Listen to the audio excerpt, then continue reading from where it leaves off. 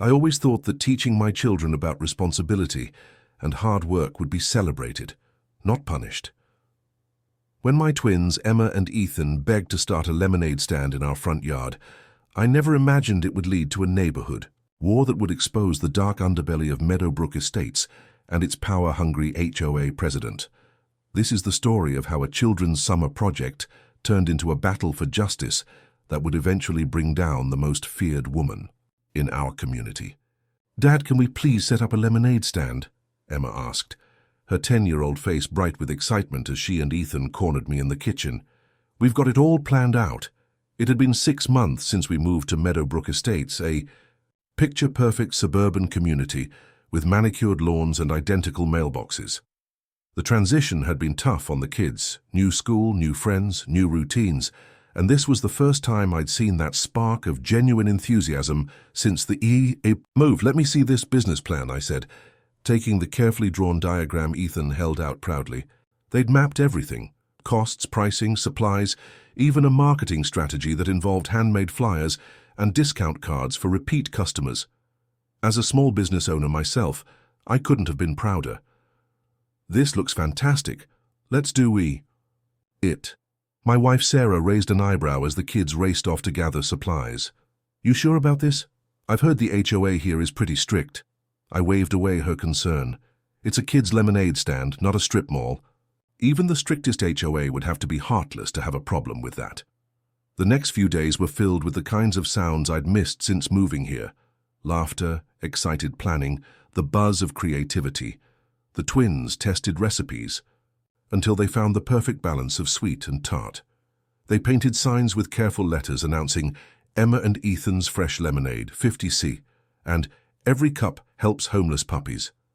We built a simple but sturdy stand from wood I had in the garage, and they decorated it with colorful streamers. Saturday morning arrived with perfect lemonade weather, sunny, 85 degrees, with a light breeze carrying the scent of freshly cut grass through the neighborhood. We set up at the edge of our front yard, visible from the sidewalk but clearly on our property. The twins arranged their handmade signs, carefully filled their pitcher with ice and fresh lemonade, and waited for their first customers. They didn't wait long. Mrs. Henderson from next door was first in line, followed by a group of neighborhood kids on bikes. Word spread quickly, and soon a steady stream of neighbors stopped by, many staying to chat while sipping their drinks. "This is exactly what this neighborhood needs," Mr. Collins said, dropping an extra $1 in the twins' decorated money jar. "Some good old-fashioned community spirit." By noon, business was booming. Emma and Ethan had already made nearly $30. I snapped photos from the porch, capturing their proud smiles as they served customer after customer.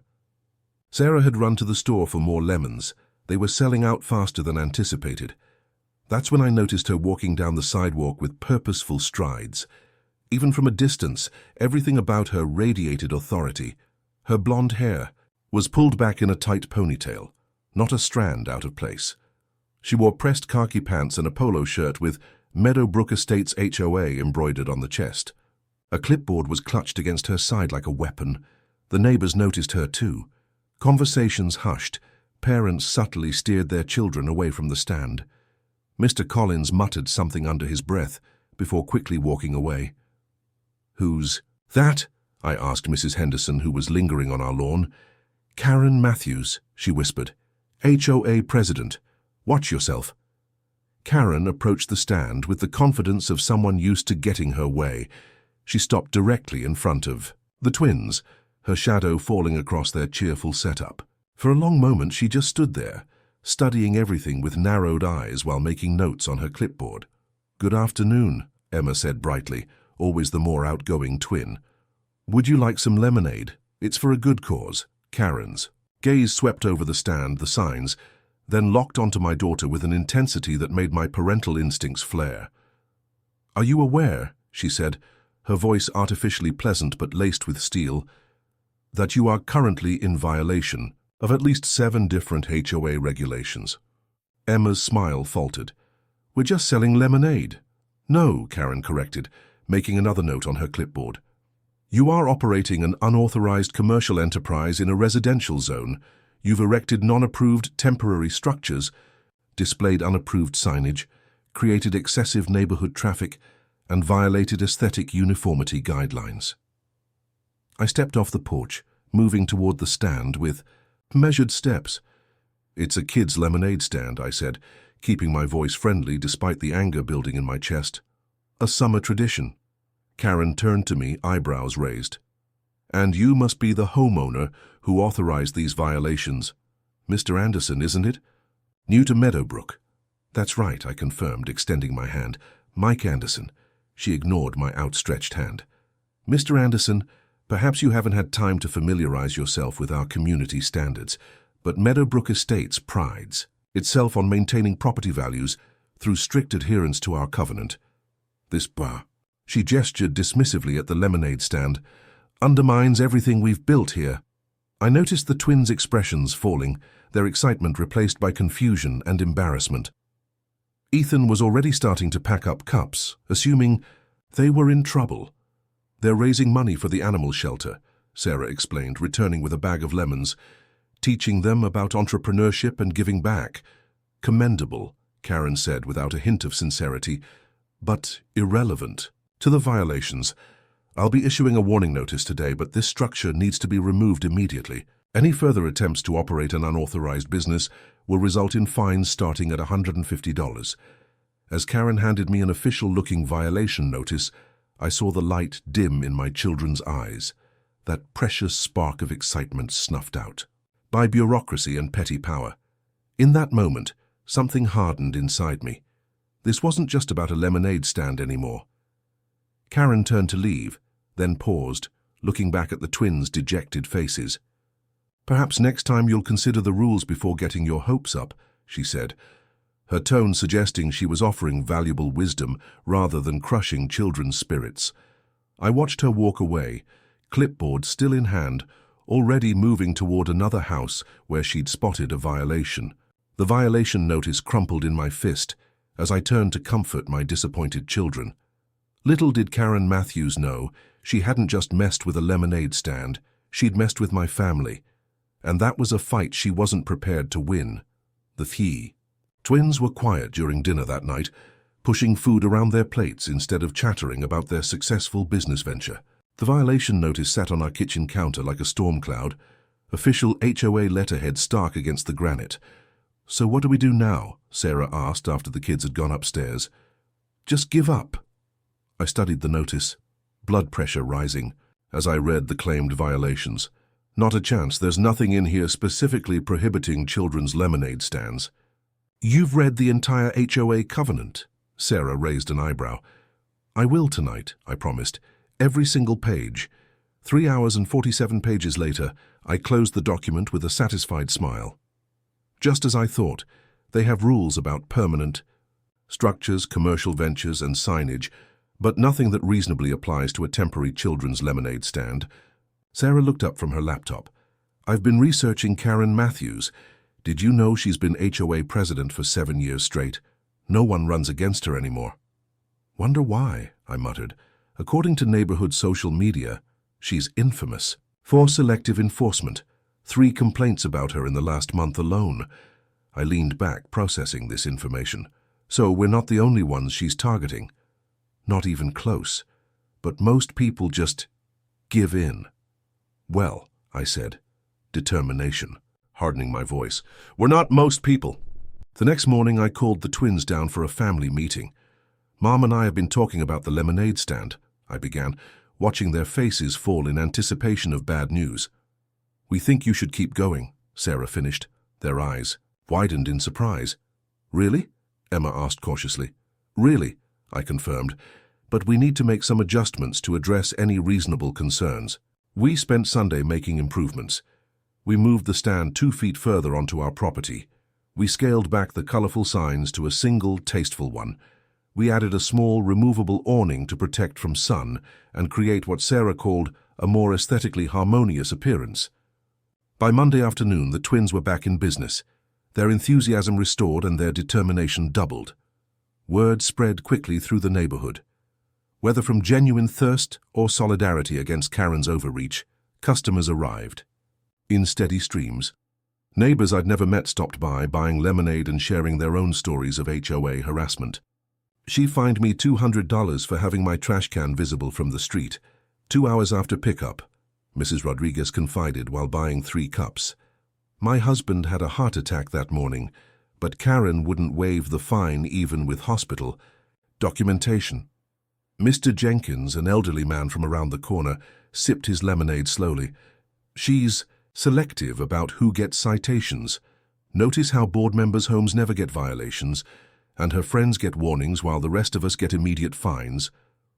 The afternoon passed without incident, and I began to hope Karen had moved on to other targets. That hope died at precisely 4:17 p.m. when a silver Lexus pulled up at the curb. Karen wasn't alone this time. 2 men in matching Meadowbrook Estates polos flanked her as she approached.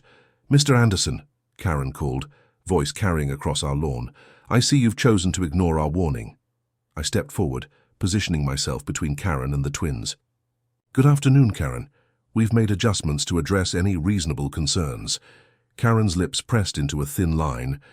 "This is Howard and Gerald from the HOA board," she said, gesturing to her companions. "We're here to document continued violations." Gerald, a thin man with nervous eyes, raised a camera and began photographing the stand from multiple angles. Howard, heavier set with a perpetual frown, made notes on a clipboard identical to Karen's. "What specific violations?" I asked calmly. "I've reviewed the HOA covenant thoroughly, and there's nothing prohibiting a temporary children's activity. Section 7.3, Karen replied instantly. "No commercial enterprise shall operate within residential areas." "This isn't a commercial enterprise," I countered. "It's a children's educational activity." "They're exchanging goods for money," Howard interjected. "That's the definition of commerce." "By that logic, Girl Scout cookies would be prohibited, too," I pointed out. Karen's eyes narrowed. "Those are sanctioned community organizations. This is not." I noticed neighbors gathering on the periphery, watching the confrontation unfold. Some had phones out, quietly recording. Section 12.5, Karen continued. "No structures shall be erected without prior approval from the Architectural Review Committee. It's a table with an awning, not a structure. It's removed every evening." Section 9.2 then, she pressed. "Signage must be approved by the board." Sarah, who had been silently observing, stepped forward. "Would you like to explain to the local news how you're using these regulations to shut down children raising money for an animal shelter?" Karen's eyes darted to the growing crowd of neighbors. For the first time, she seemed to calculate the optics of the situation. "We're simply enforcing the rules everyone agreed to when purchasing in Meadowbrook," she said, voice slightly less confident. "No exceptions." Gerald lowered his camera, looking uncomfortable. "Karen, maybe we should—" "The board has made its decision," she cut him off sharply. She produced an official-looking envelope from her clipboard. "This is a formal violation notice, with accompanying fine of $150. Continued violations will result in additional daily fines of $50. I didn't take the envelope. "We'll be appealing this at the next board meeting." "As is your right," Karen replied with a tight smile. "Though I should warn you, the appeals committee rarely overturns these decisions." "I wonder why," Sarah muttered. Karen's smile vanished. She placed the envelope on the lemonade stand, deliberately knocking over a stack of cups in the process. "Remove this by tomorrow, or the fines will continue to accumulate." As the HOA delegation retreated to their waiting car, Emma looked up at me, eyes wide with concern. "Dad, are we in trouble?" "No, sweetheart," I assured her, though the envelope seemed to pulse with threat. "Some people just forget what's actually important." That evening I discovered Karen had been busy beyond just our confrontation. She'd posted in the community forum about unauthorized commercial activities disrupting neighborhood aesthetics and residents flaunting regulations. Several comments supported her stance, though I noticed they came from the same 5 users, likely board members and their spouses. But there were other comments too, neighbors defending the twins, questioning the selective enforcement, and sharing their own HOA horror stories. The community was beginning to stir. As I prepared the appeal documentation late into the night, my phone chimed with a text from an unknown number. "Don't bother with the appeal. Karen controls the committee, but not everyone on the board agrees. With her. Keep standing your ground, evidence is building." I showed the message to Sarah, who raised her eyebrows. Sounds like there might be cracks in Karen's empire. Good, I said, returning to my paperwork with renewed determination, because this is just the beginning. The next morning, our appeal formally submitted, we decided to continue the lemonade stand with a strategic approach. We set up just as before, but now I positioned a chair nearby, openly documenting everything with my phone and a notepad. "What are you doing, Dad?" Ethan asked, arranging cups in neat stacks. "Creating a paper trail," I explained. "In business and in life, documentation is your best friend." Emma nodded seriously. "Like evidence." Exactly like evidence. Business boomed that day, with neighbors seemingly making a point to stop by. Mrs. Rodriguez brought her entire book club. Mr. Jenkins arrived with 3 grandchildren. Even quiet residents we'd barely met made appearances, purchasing lemonade and offering words of encouragement. "Don't let them bully you," advised Ms. Chen from down the street. "Karen cited me for excessive garden ornaments last month. It was a single ceramic frog." By mid-afternoon, the twins had earned over $50 for the animal shelter. Their confidence had returned, along with their excitement about their summer project. I began to hope that perhaps public opinion would force Karen to back down. That hope vanished when a white SUV with Meadowbrook Estates security, emblazoned on the side, pulled up at 3:30 p.m. A man in a uniform that mimicked police attire but clearly wasn't stepped out, adjusting his belt importantly. "Good afternoon," he said, approaching with practiced authority. "I'm Greg Sanders, Meadowbrook Security. I need to inform you that you're in violation of HOA regulations." I stood, camera still recording. "Are you a police officer, Mr. Sanders?" He shifted uncomfortably. "No, I'm HOA Security." "Then you have no enforcement authority on my private property. You're welcome to purchase lemonade, otherwise I'll have to ask you to leave." Sanders glanced back at his vehicle, clearly not having expected resistance. "Sir, I'm just doing my job. The HOA has instructed me to. The HOA has no legal authority to send security personnel onto private property without permission," I interrupted firmly. "Unless you have a warrant or are responding to an emergency, you are currently trespassing." Several neighbors had stopped to watch, phones discreetly recording. Sanders, aware of his audience, retreated to his vehicle and made a call. 10 minutes. Later, he drove away without another word. Sarah texted me from inside the house. That was amazing. But Karen won't take this lying down.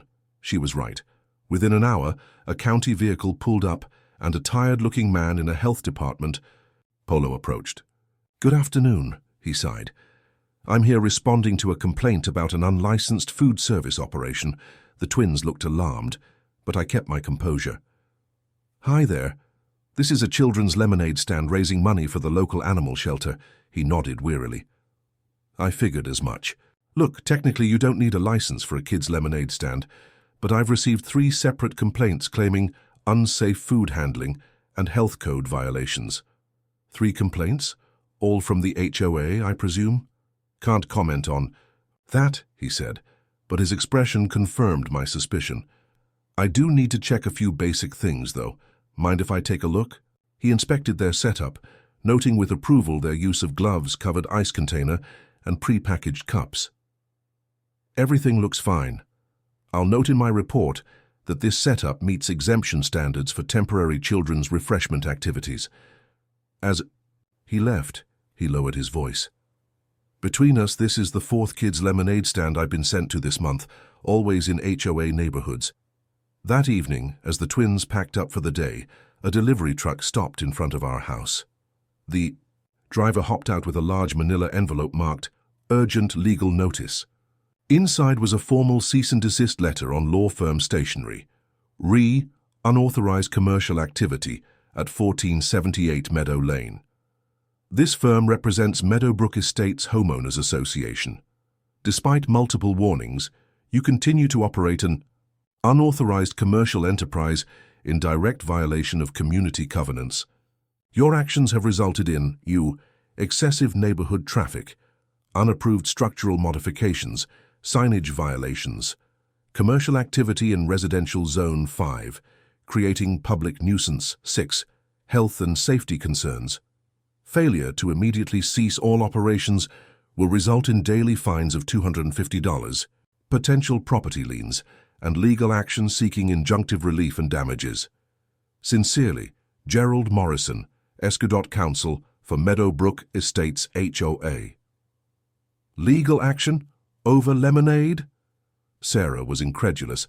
This is insane. I examined the letter carefully. Notice who signed it? Gerald, the same man who was with Karen yesterday. He's not just a board member, he's their lawyer. So what do we do? Before I could answer, both our phones chimed with notifications. The neighborhood app was blowing up with a new post from Karen. Health alert. Residents are advised to avoid unauthorized food vendors operating within Meadowbrook Estates. Health officials have been notified of potential violations. The HOA cannot be responsible for illness resulting from unregulated food service operations. Remember, our regulations exist to protect all residents. Comments were already pouring in, some supporting Karen, but many more calling out the obvious target of her message. I scrolled through the responses, blood boiling, when a knock at our door interrupted. It was Mrs. Rodriguez and Mr. Jenkins, along with 5 other neighbors I recognized as lemonade stand customers. "We saw what's happening, Mrs." Rodriguez said without preamble. "Karen's gone too far." Mr. Jenkins nodded gravely. "She's done this before. Targets someone, escalates until they give in. Used to be adults who could fight back, but now she's going after children." "We're here to help," added a younger woman I recognized from down the street. "I'm an attorney. That cease and desist letter is mostly bluff and intimidation." As our impromptu meeting continued in our living room, more neighbors arrived, each with their own Karen story, each offering support. "This isn't just about a lemonade stand anymore," Sarah observed quietly. She was right.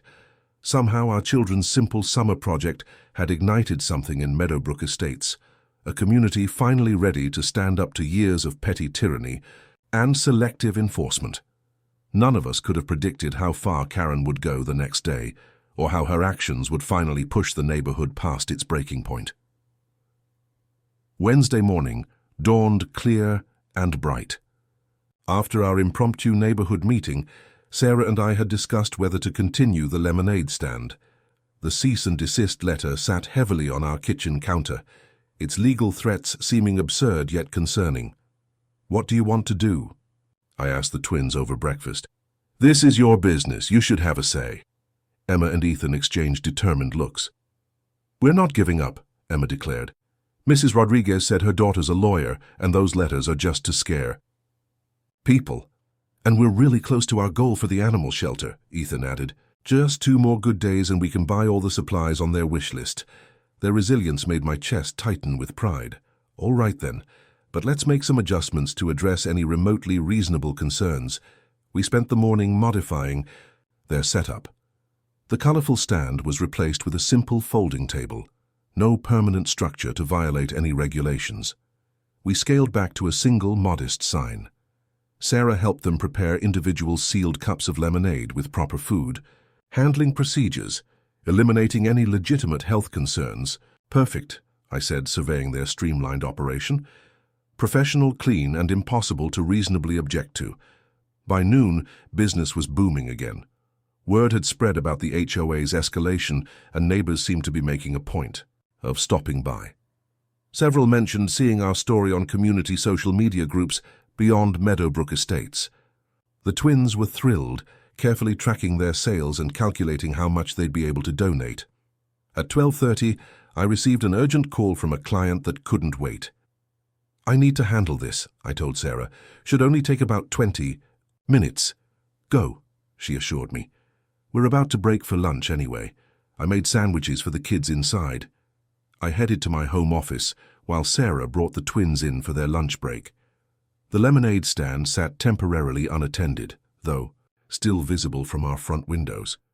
Everything was neatly arranged, the money jar secured, the remaining lemonade covered and protected.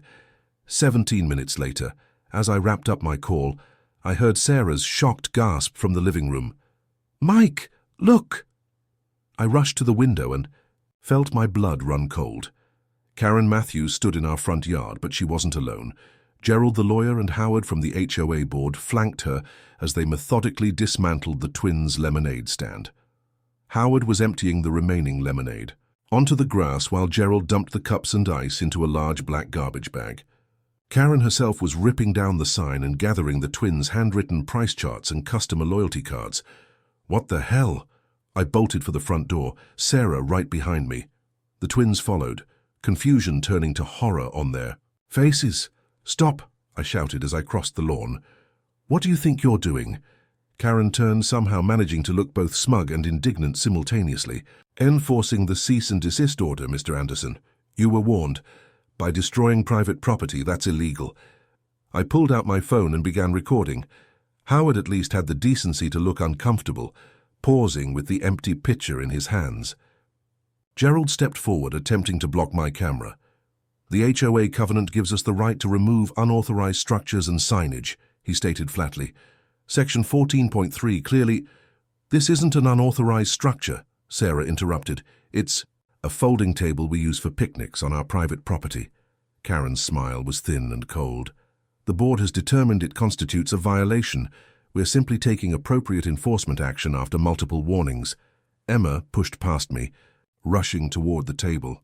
"My special pitcher," she cried, reaching for the decorated glass pitcher her grandmother had given her, now lying broken on the edge of the lawn where Howard had carelessly dropped it.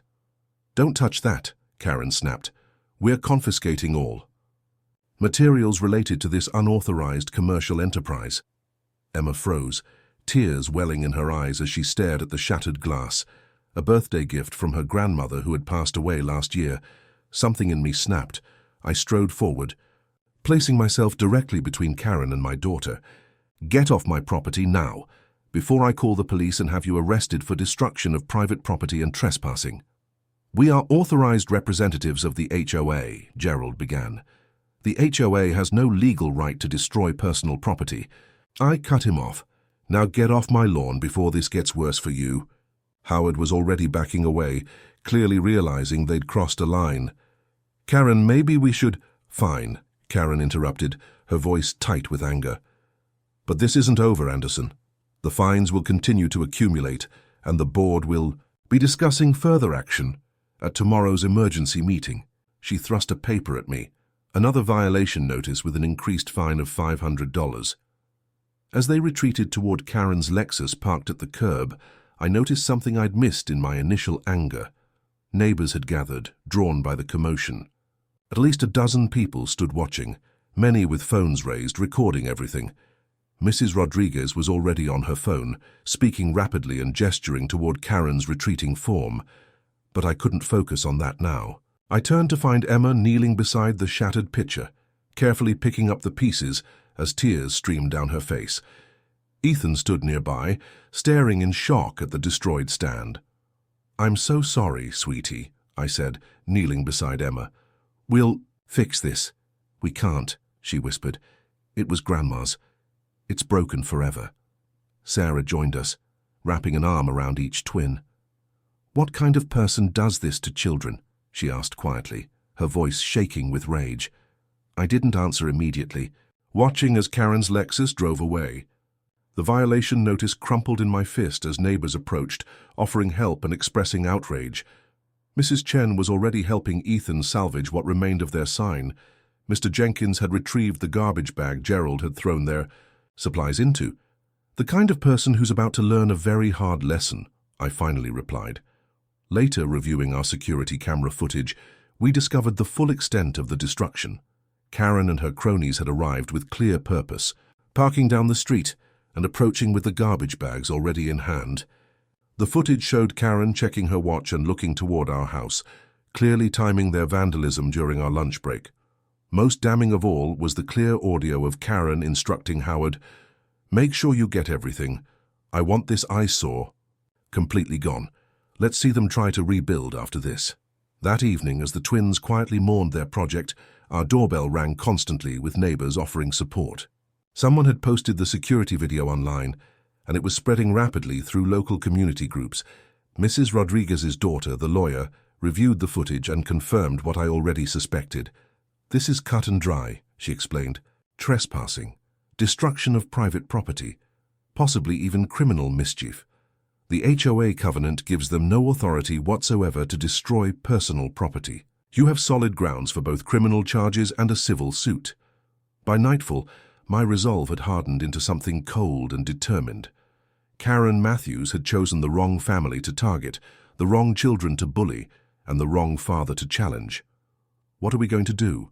Sarah asked as we finally closed the door on our last visitor of the evening. I showed her my phone screen, displaying the Sheriff's Department's non-emergency number. "First, we file a police report for destruction of property. Then we prepare for tomorrow's emergency HOA meeting."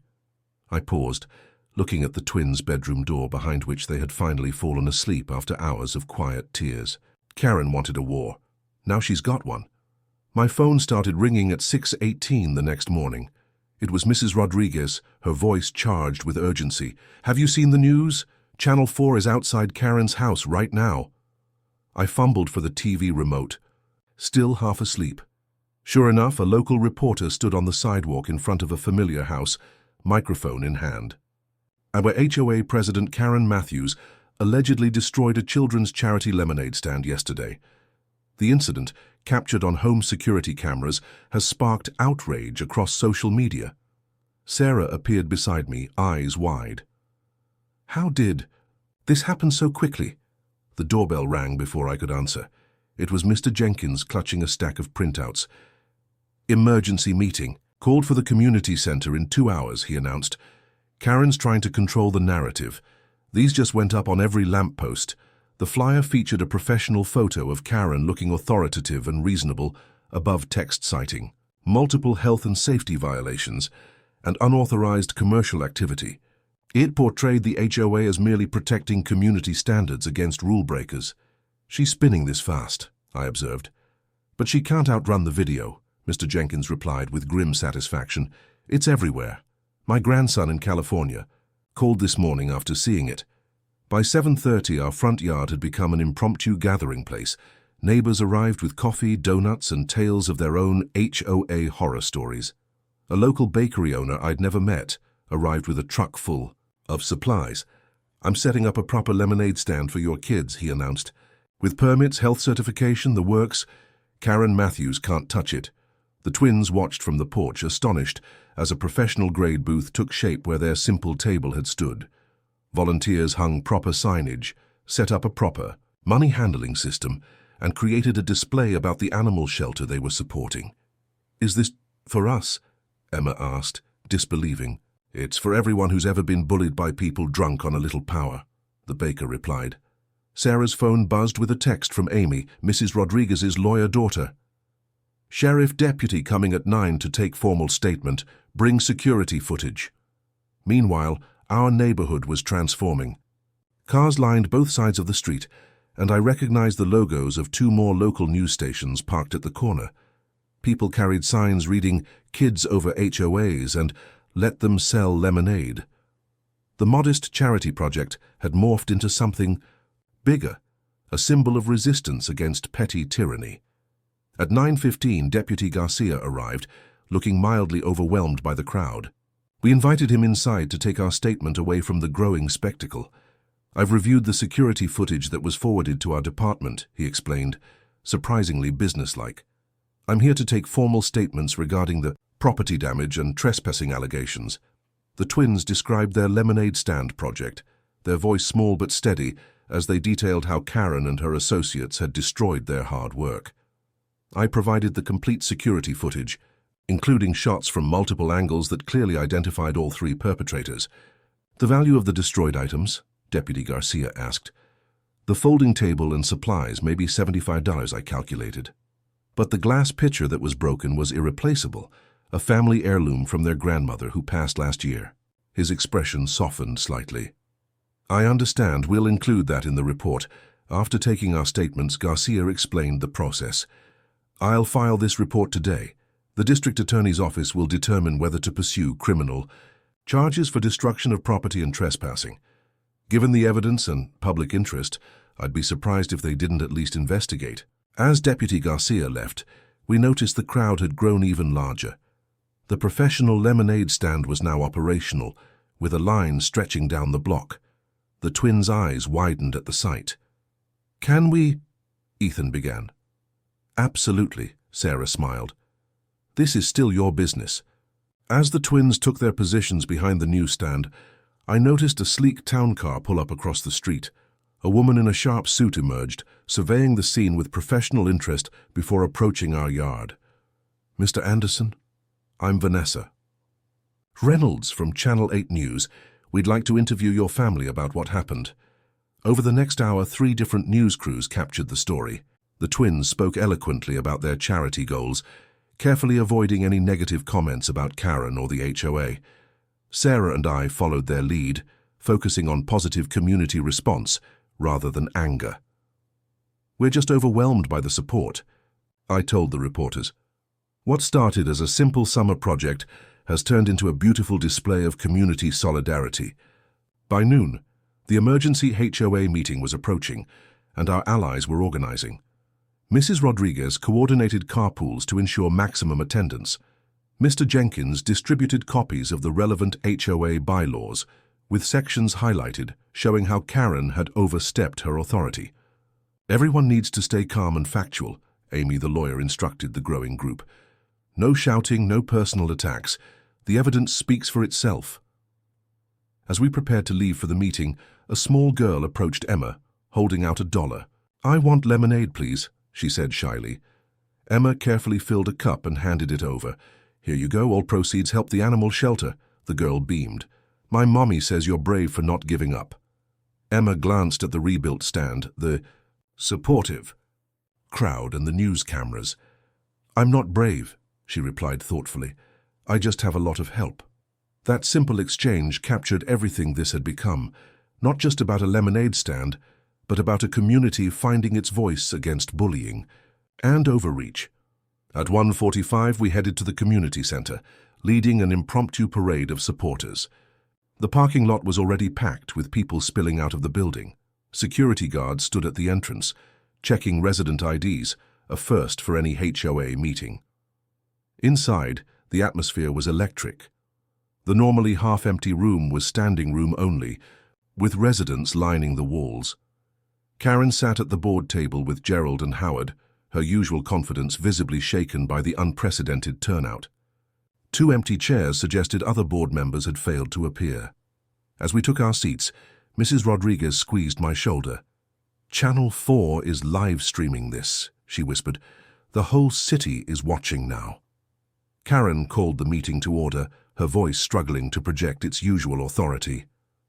"This emergency session will address recent community standard violations and enforcement actions," she began mechanically. Before she could continue, an elderly man stood up.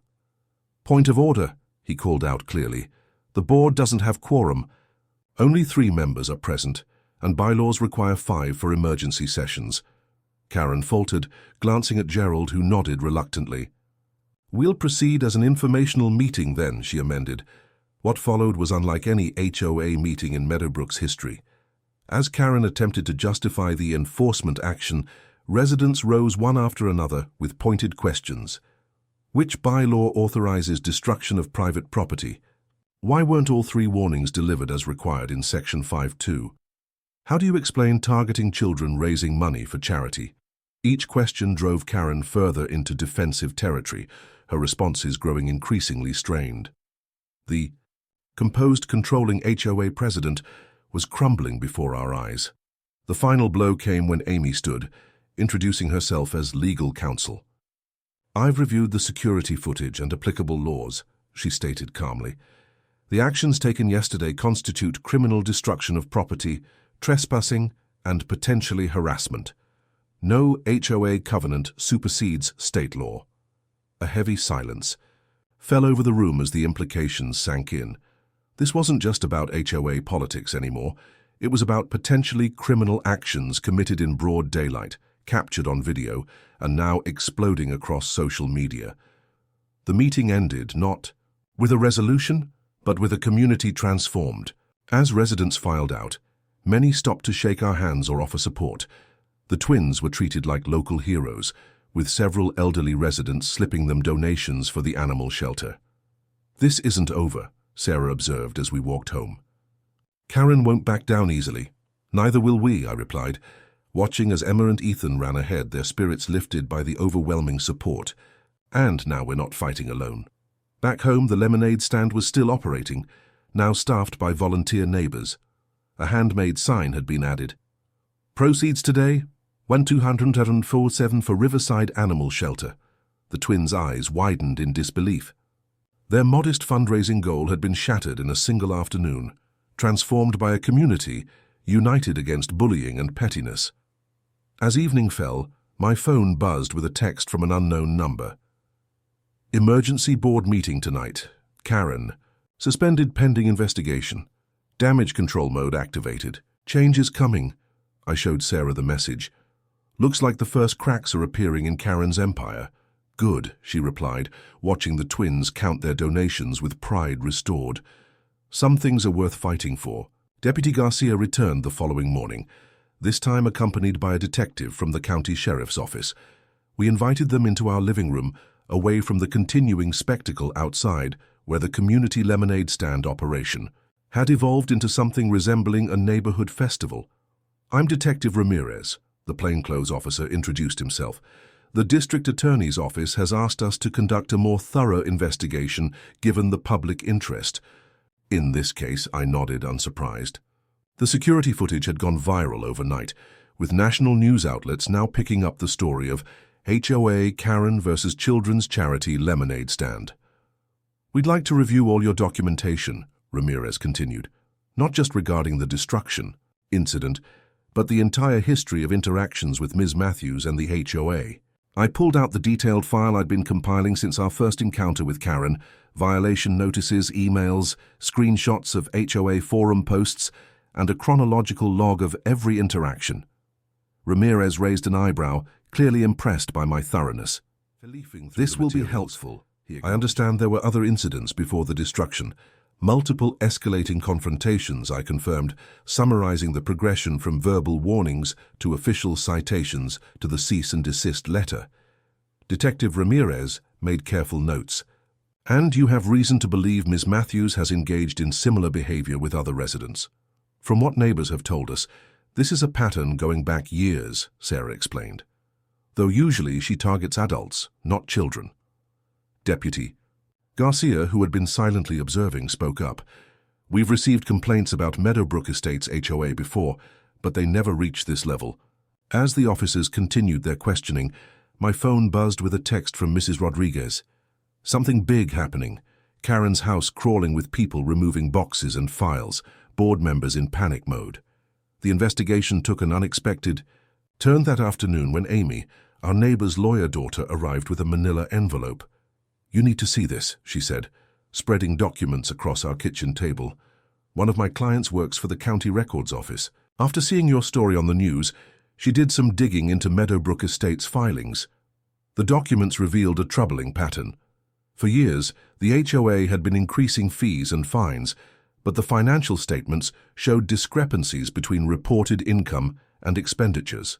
More concerning were the contracts for community services, landscaping, security, maintenance, all awarded to companies with connections to board members. This is beyond harassing a lemonade stand, Amy explained. Your confrontation with Karen may have inadvertently exposed something much bigger. The records suggest potential misappropriation of HOA funds and self-dealing by board members. I studied the paperwork, connecting dots. Is that why Karen was so aggressive about shutting down the stand? She was already under pressure? Possibly, Amy nodded. My client mentioned the county auditor had recently flagged Meadowbrook for review. The timing suggests Karen was already feeling heat from authorities. That evening, Detective Ramirez called with an update. We've interviewed several neighbors and 2 board members, he reported. The picture emerging isn't pretty.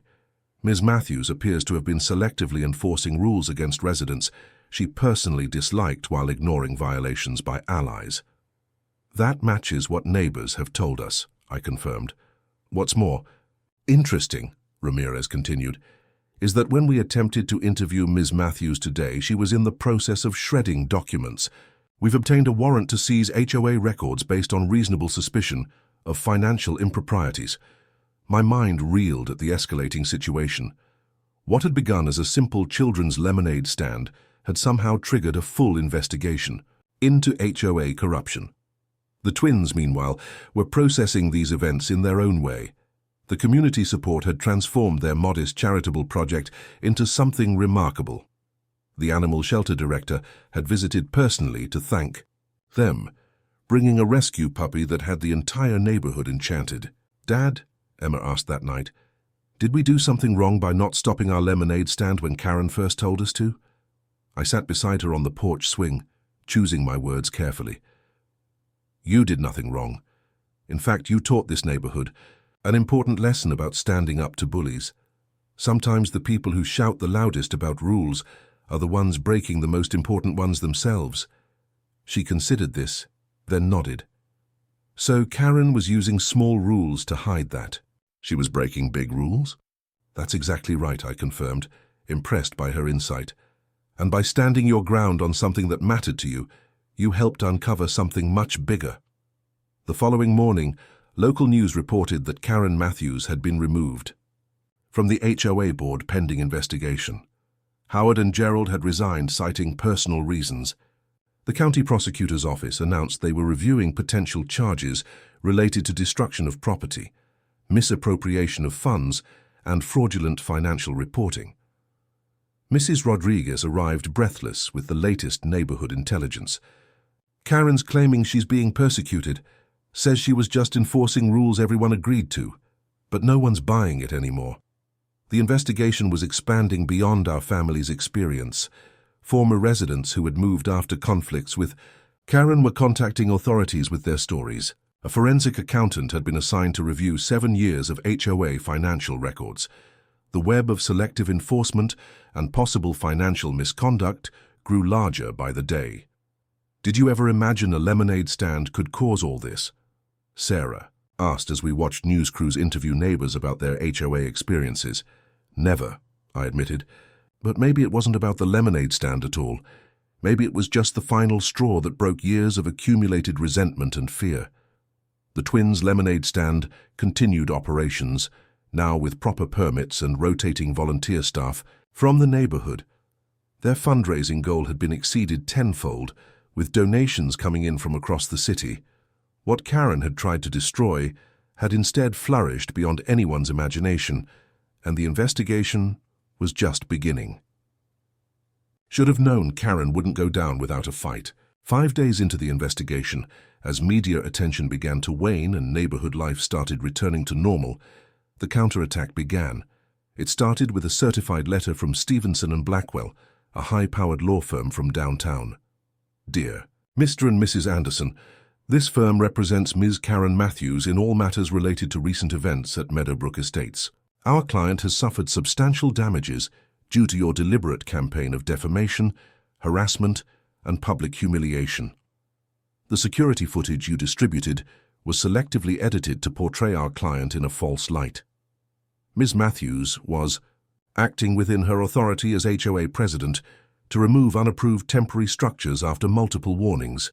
We demand immediate removal of all videos from social media platforms, a public retraction of false claims, and cessation of all defamatory statements. Failure to comply within 48 hours will result in legal action seeking damages of $750,000 for defamation, intentional infliction of emotional distress, and interference with contractual relations.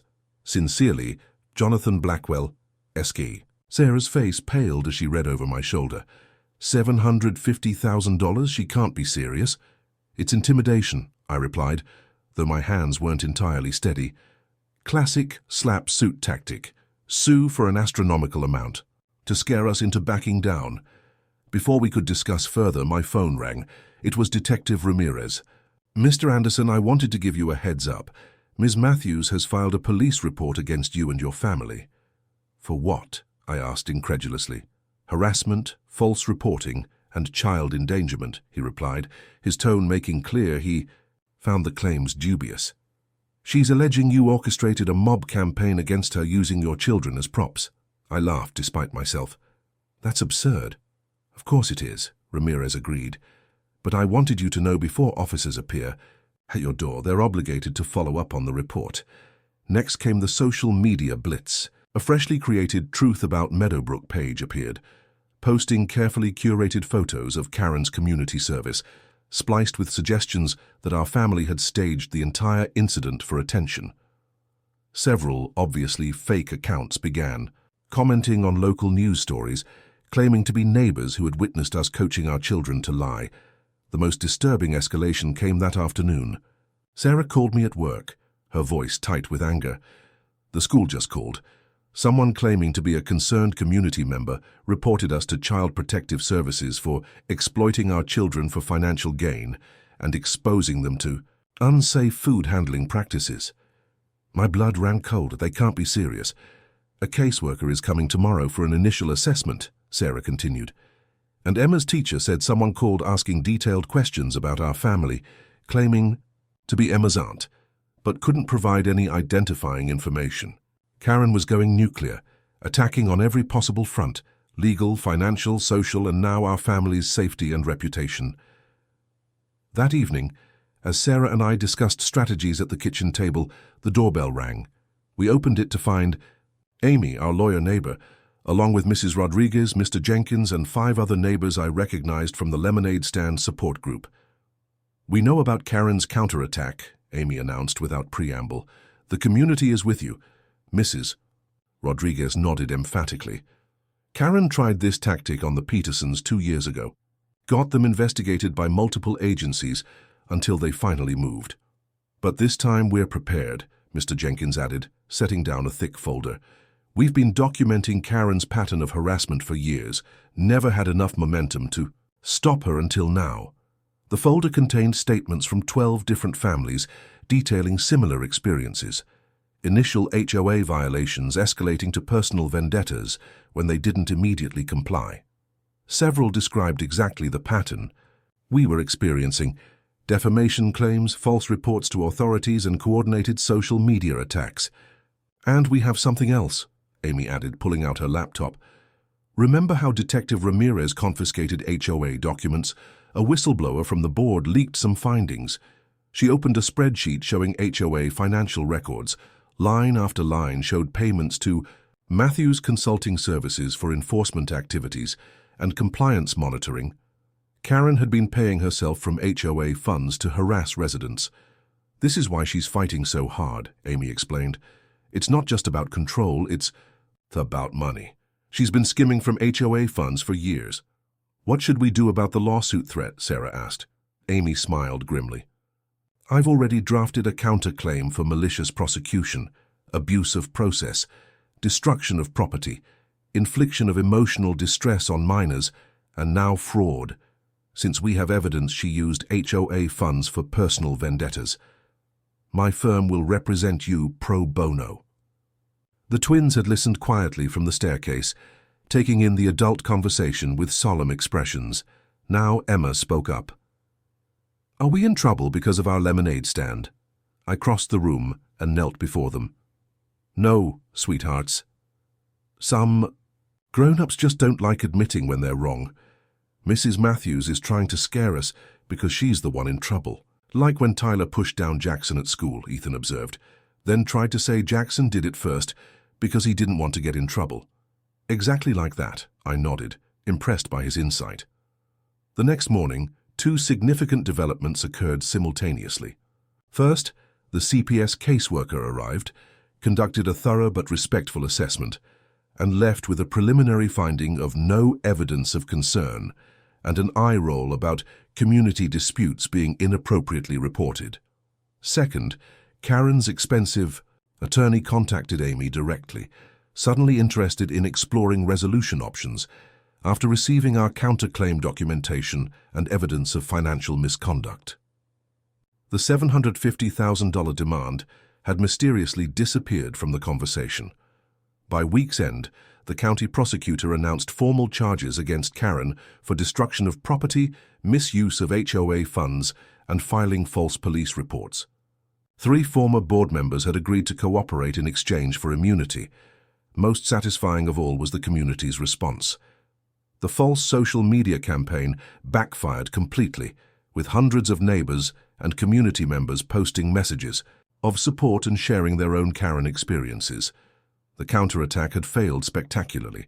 Karen had unleashed her full arsenal of intimidation tactics, only to find that the community she'd terrorized for years was finally standing united against her. As Detective Ramirez told me later, she thought she was fighting one family over a lemonade stand. She didn't realize she was really fighting years of accumulated resentment from an entire community, just waiting for someone to finally stand up to her. The Meadowbrook Estates Community Center had never seen a turnout like this. Every seat was filled, with residents lining the walls and spilling out into the hallway. The quarterly HOA meeting, normally attended by a dozen bored homeowners at most, had become the hottest ticket in town. Under community pressure, the interim board had agreed to make this an open forum on recent events and alleged improprieties. Karen Matthews and her few remaining allies had fought to prevent it, but they were outnumbered and outmaneuvered. The mounting legal issues had stripped away her power, leaving her vulnerable to the community she'd ruled through fear for years. Sarah and I arrived early with the twins, finding seats reserved for us in the front row. Mrs. Rodriguez waved from the makeshift stage, where she and other interim board members had replaced the usual executive table. "Did you see the news van outside?" she whispered excitedly as we sat down. "Channel 8 is covering this live." At precisely 7 p.m., Mrs. Rodriguez called the meeting to order. "Welcome to this special community forum," she began. "Given recent events, we felt it necessary to allow residents to voice concerns and receive updates on ongoing investigations affecting our HOA. Karen sat 3 rows behind us, flanked by her attorney and 2 supporters, a far cry from her usual position of authority at the head table. She wore an expression of practiced martyrdom, occasionally whispering to her lawyer. First came the formal business. The interim treasurer, Mr. Patel, presented preliminary findings from the forensic accountant. The room grew tense as he detailed years of questionable transactions. Over $214,000 in HOA funds were directed to entities connected to board members. Without competitive bidding, he explained. Additionally, we've identified $67,000 in payments to Matthews Consulting for unspecified enforcement services that appear to have no legitimate documentation. Murmurs rippled through the crowd. Karen's attorney shifted uncomfortably in his seat. Next came Detective Ramirez with an update on the criminal investigation. The district attorney has filed formal charges against Ms. Matthews for destruction of property, filing false reports, and misappropriation of HOA funds, he announced. The investigation has expanded to include potential mail fraud and tax evasion. When the floor opened for community comments, the floodgates burst. Residents lined up at the microphone, each with their own Karen story. She fined me $500 for planting unapproved flowers that were on the approved list until she personally removed them the day after I planted them, shared Mrs. Gonzalez, an elderly resident who'd lived in Meadowbrook for 20 years. My daughter's graduation party was shut down because Karen called the police claiming we were violating noise ordinances at 6:30 p.m. on a Saturday, said Mr. Turner, his voice cracking with lingering anger. Story after story revealed a clear pattern: selective enforcement, personal vendettas, and retribution against anyone who questioned Karen's authority. Throughout it all, Karen maintained her composure, occasionally shaking her head or whispering to her attorney. But I noticed her knuckles whitening as she gripped her purse, her carefully maintained facade beginning to crack. Finally, it was our turn. I approached the microphone with the twins, who had insisted on speaking despite our concerns about putting them in the spotlight. "I'm Emma Anderson," my daughter began, her voice small but steady. "My brother and I just wanted to raise money for the animal shelter with our lemonade stand. We didn't mean to cause trouble." The room fell silent, all eyes on this 10-year-old girl showing more grace than most adults in the room. Mrs. Matthews broke my special picture that my grandma gave me before she died, Emma continued, emotion finally breaking through. She didn't have to do that. She could have just talked to us. Ethan stepped forward. "We weren't hurting anybody. We just wanted to help the puppies." Their simple testimony, free from adult complexity, cut through the noise. Even Karen's supporters looked uncomfortable, confronted with the human cost of her actions. When I returned, To my seat, Karen's attorney approached the microphone. While we dispute many of the allegations presented here tonight, my client wishes to extend an olive branch, he announced smoothly. Ms. Matthews has authorized me to offer the Anderson family compensation for the damaged property and a formal apology if they agree to drop their counterclaims. Before I could respond, Amy stood up from her seat. The Andersons' legal team rejects this transparently self-serving offer, she declared. This case has moved far beyond a broken picture. The community deserves full accountability. Applause erupted, drowning out the attorney's attempted rebuttal. Then something unexpected happened. Karen herself pushed past her attorney and approached the microphone. Her lawyer tried to stop her, but she shrugged him off with a sharp whisper. "I've served this community faithfully for 7 years, she began, her voice strained but controlled. Everything I did was to maintain our property values and community standards. The Anderson family deliberately flouted our rules and then orchestrated a public smear campaign when I enforced those rules." Mrs. Rodriguez tried to intervene. "Ms. Matthews, this isn't the appropriate—" "I deserve to be heard," Karen snapped, her composed facade crumbling. "I built this community. Before me, people were parking boats in driveways and painting houses, whatever color they wanted. I brought order." The room watched in stunned silence as years of bottled entitlement and righteous indignation poured out. Karen's carefully cultivated image of reasonable authority dissolved before our eyes, replaced by raw defensiveness. "Yes, I took action against that illegal lemonade stand. Someone had to. If we allow children to break rules, what's next? Chaos. I was protecting all of you." Her attorney made another attempt to silence her, but Karen was beyond control. "You're all ungrateful. Those enforcement fees were earned. I spent hours documenting violations, sending notices, maintaining standards, while you all benefited from increasing property values." The confession hung in the air. Karen had just publicly admitted to the financial arrangement Detective Ramirez was investigating, paying herself enforcement fees from HOA funds. Her lawyer's face went pale. Detective Ramirez, seated near the back, was already making notes. Karen finally seemed to realize what she'd done. She stopped mid-sentence, looking around at the shocked faces staring back at her. For the first time since I'd met her, she appeared completely lost. Mrs. Rodriguez gently took control of the meeting again. "I think we've heard enough. The interim board will continue cooperating with authorities and working to establish new governance guidelines focused on transparent, fair community standards." As the meeting adjourned, residents lingered in small groups, processing what they'd witnessed.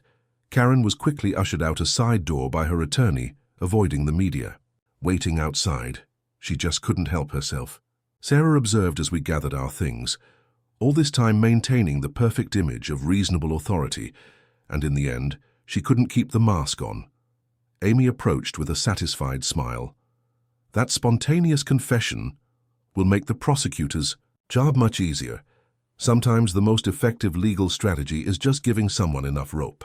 As we walked home through the warm evening air, the twins held our hands, unusually quiet after the emotional meeting. "Is Mrs. Matthews going to jail?" Ethan finally asked. "I don't know, buddy," I answered honestly. "But what's important is that she can't hurt anyone else in our neighborhood now." Emma nodded thoughtfully. "Maybe she needs a timeout to think about being nicer." From the mouths of babes, I thought. Maybe that's exactly what Karen Matthews needed. A long time out to reconsider how she'd treated her community, and perhaps the most fitting consequence of all was that her downfall had come not from powerful adversaries or sophisticated legal maneuvers, but from a simple children's lemonade stand and the community that finally found its voice.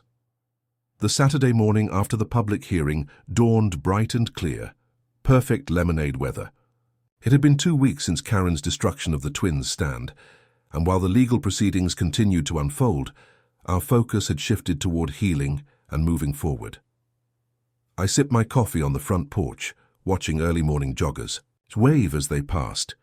The neighborhood felt different now, lighter somehow, as if a collective weight had been lifted. Neighbors who had previously hurried from car to house with eyes down now stopped to chat.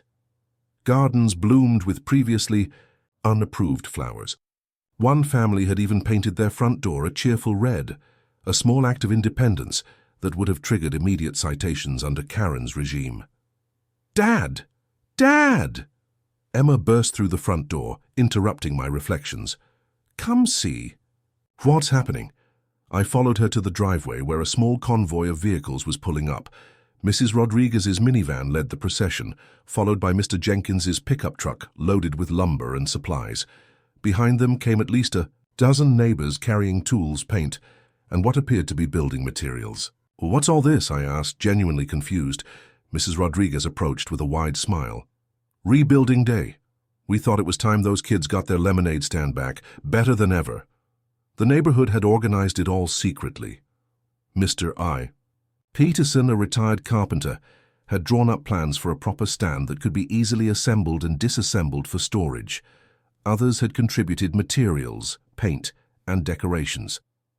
We figured after everything that's happened, the community needed something positive to rally around, explained Mr. Jenkins, unloading wood from his truck. And what better symbol than rebuilding what Karen tried to destroy? Sarah joined us, equally surprised. You all didn't have to do this. Actually, we did, replied Mrs. Chen firmly. For too long, we all stayed quiet while Karen bullied this neighborhood. Your family was the first to stand up to her. We owe you this. The twins watched in awe as their front yard transformed into a construction site. Ethan, always the more technical-minded twin, hovered near Mr. Peterson, asking questions about measurements and design. Emma joined a group arranging decorative elements and painting signs. By mid-morning, the framework was taking shape. A sturdy but portable wooden stand with a collapsible awning, built-in storage, and a serving counter at perfect height for the twins. Someone had even incorporated a lockable cash box and a small solar-powered mini-fridge for keeping lemonade cold. As I helped sand the countertop, Detective Ramirez's unmarked car pulled up. He approached with his usual measured expression, though I detected a hint of amusement as he surveyed the bustling activity. Quite the operation you've got here, he observed. Community project, I explained. What brings you by? More questions? He shook his head. Updates, actually. Thought you'd want to know. Karen Matthews accepted a plea deal this morning. I set down my sandpaper. Already? That was fast. The evidence was overwhelming, especially after her public confession. She's pleading guilty to destruction of property, misappropriation of funds, and filing false reports. No jail time, but significant community service, restitution to the HOA, and 5 years probation. What about the civil case? I asked.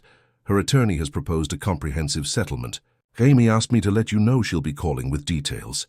He hesitated before adding, There's something else. Karen is selling her house, moving to Florida, apparently. The news spread quickly through the construction crew. There was no cheering or celebration, just quiet nods and looks of relief. Nobody wished Karen ill, they just wanted the tyranny to end. By early afternoon, the lemonade stand was taking its final form. Mr. Peterson supervised as the twins helped attach the serving counter and awning. Mrs. Rodriguez coordinated the painting team, ensuring the bright yellow matched the twins' original vision. Even the town's mayor had stopped by, bringing an official business permit that exempted children's lemonade stands from commercial regulations. As I stepped back to admire the nearly completed project, I noticed a small group approaching from down the street. It was the director of the Riverside Animal Shelter, accompanied by staff members and, to the twins' delight, 3 adoptable puppies.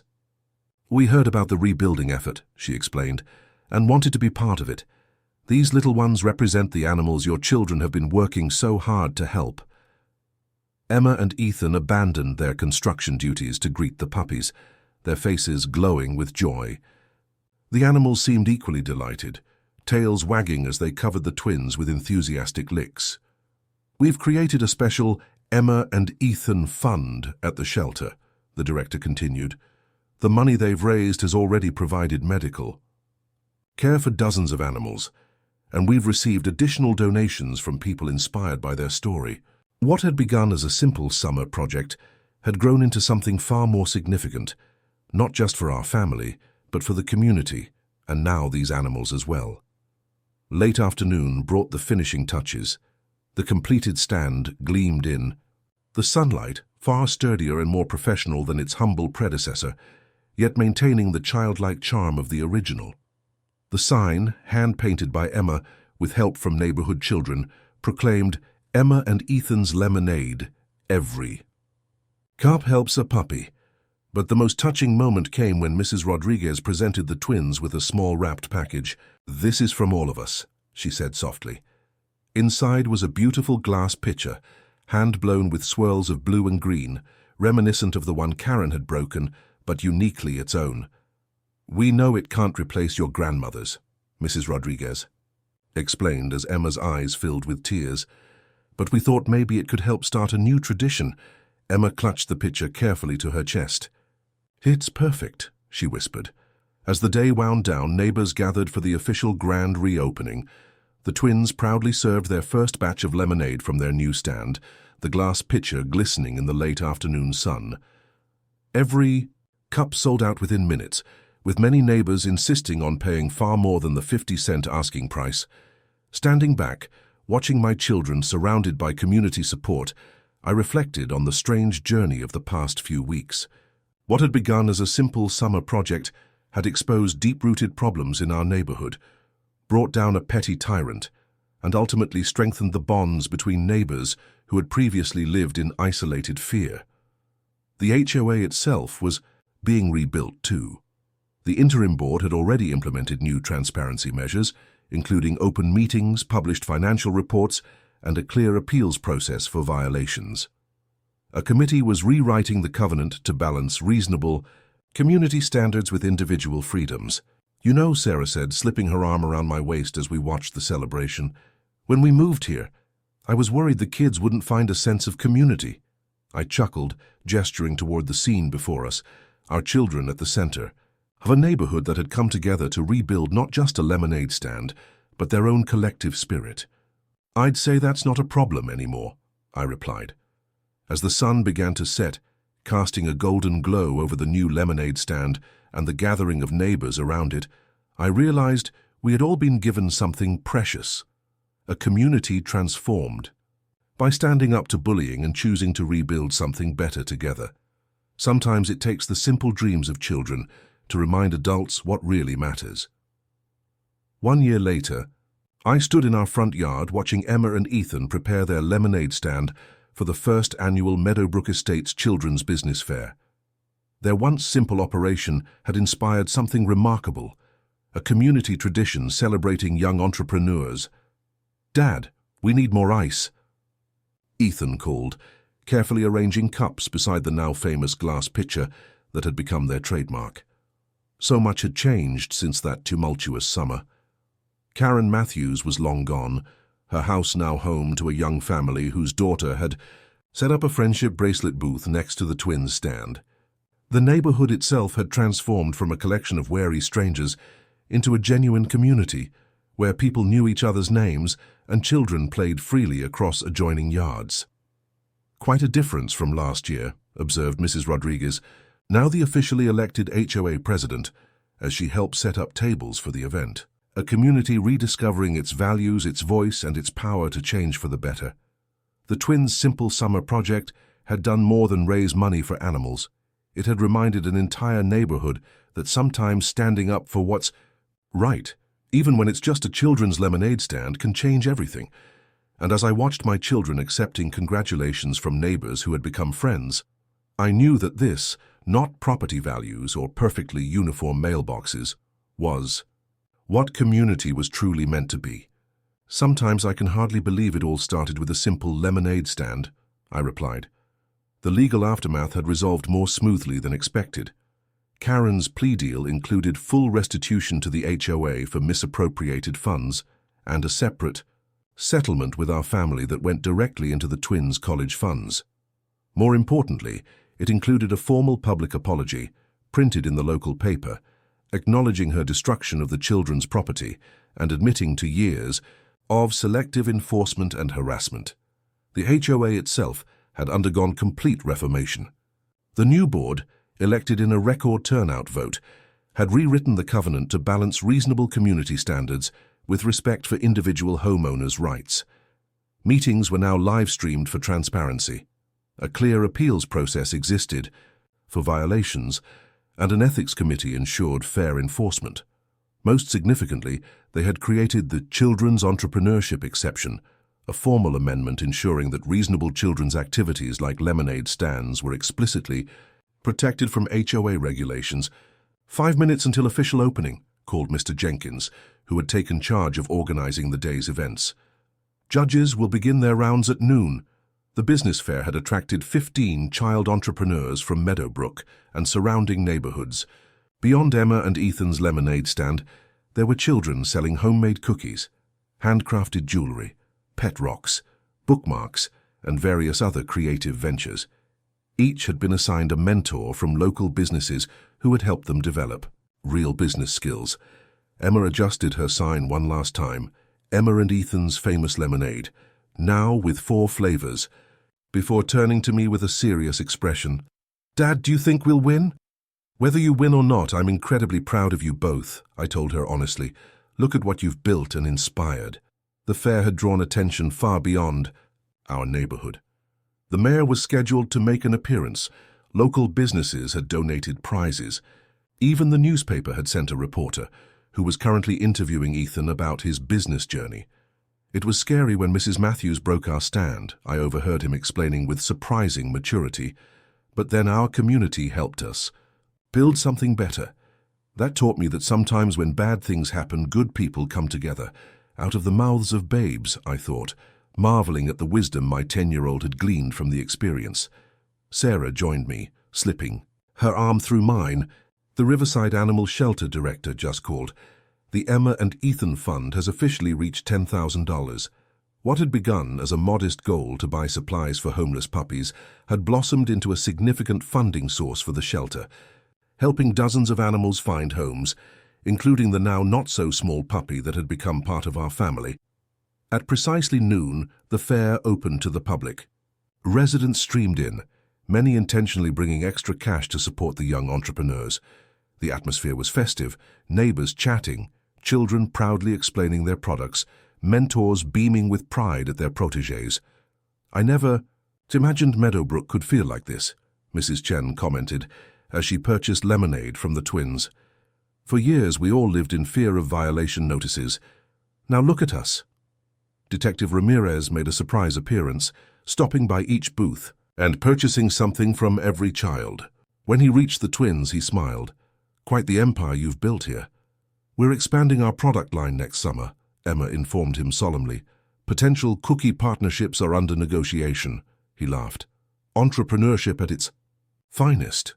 The most profound moment came mid-afternoon when an elderly couple I didn't recognize approached the lemonade stand. The woman examined the operation with obvious approval before purchasing 2 cups. "This is wonderful to see," she told the twins.